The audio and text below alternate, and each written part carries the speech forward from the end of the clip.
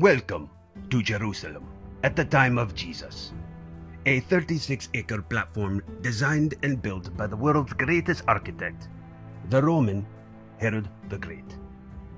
He's more than doubled the size of the Temple Mount from Solomon's time, a project that is still ongoing even after 46 years. Jews, including Jesus and his disciples, travel here at least 3 times per year for the festivals. This truly is the center of worship for everyone of our faith. I'll be your tour guide to provide context as you explore. Feel free to wander in and out all the rooms, observe what is going on, and click the Learn button often.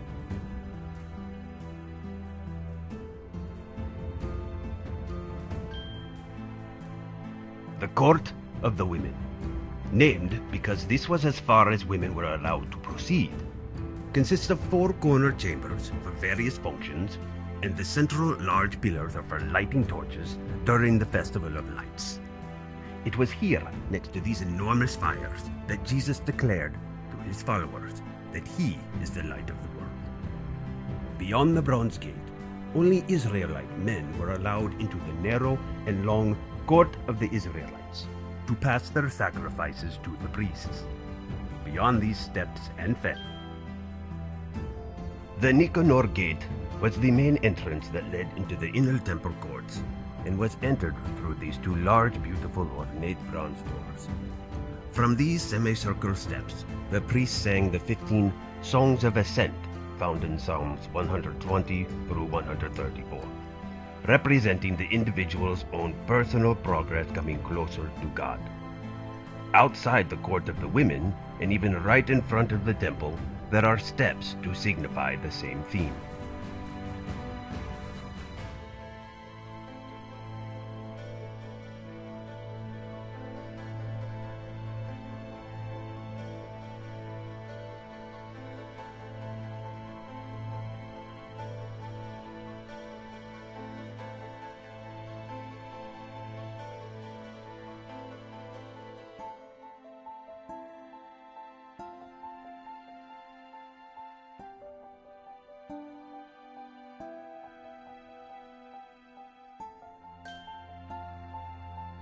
This stone fence represents where the court of the Israelites ends and the court of the priests begins.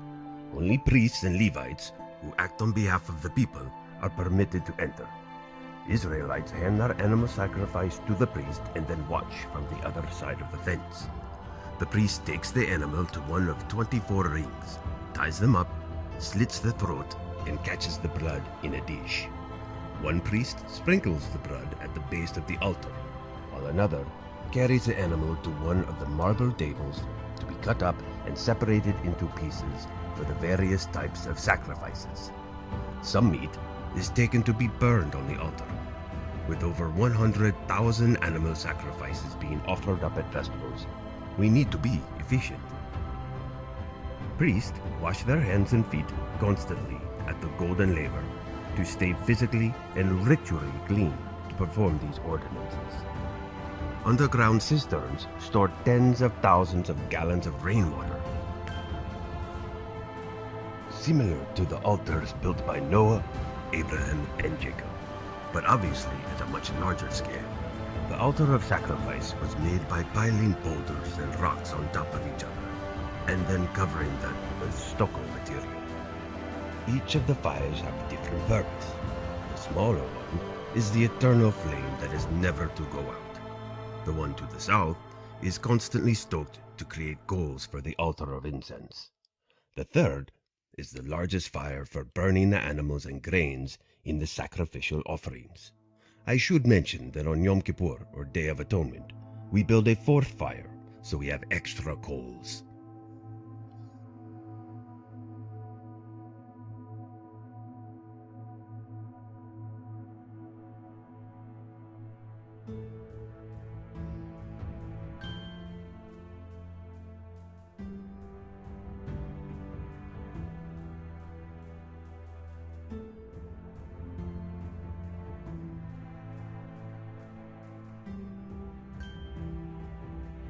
Any spillover animals for the sin offering are kept here until slaughtered to obtain forgiveness of a person's intentional or unintentional sins. Everyone sins, both rich and poor, and the animals offered up depended on the economic status of the individual. The rich offer ox, while the poor offer up doves or an ephah of flour.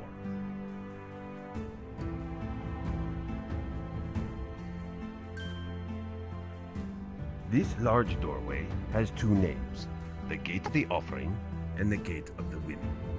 Israelite women come to the door, hand their animal to the priest, and although they are not allowed to go any further into the sanctified area, women are allowed to reach their hands over the doorway, place their hands on the head of their animal, and transfer her sins into the animal. Thus, it received its name, the Women's Gate, because here is the only place this can occur.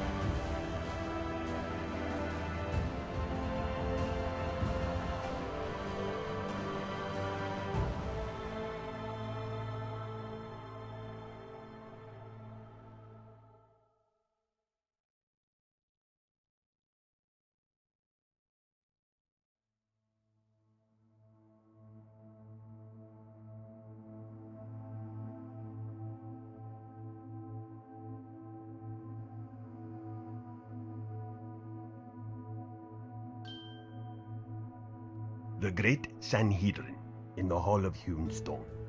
70 elders and the president sit on the curved seats and act as the official court over all the religious matters for Jerusalem. Not only do they make the rules and law, they coordinate the major temple services, such as the red heifer and all the festival ordinances. They choose which week's priestly families will serve in the temple and provide judgment on those who commit serious crimes like murder, adultery, and even blasphemy. Yes, a very powerful group. It never bodes well for those who challenge them.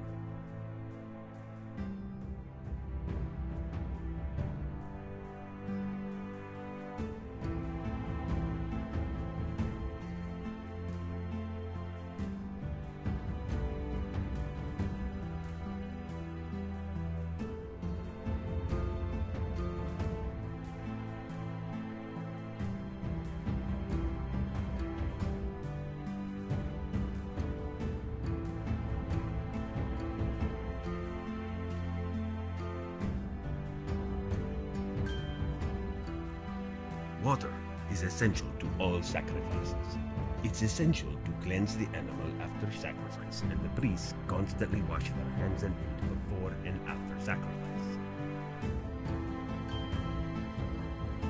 Here, the prep for the meal and peace offerings are done before they are brought before the altar outside. These can be performed on the south side of the altar because they are voluntary or holy offerings, as opposed to obligatory or most holy, meaning not every Israelite was required to offer these. The tables in the side rooms are for priests to eat their portion of the offerings with their family.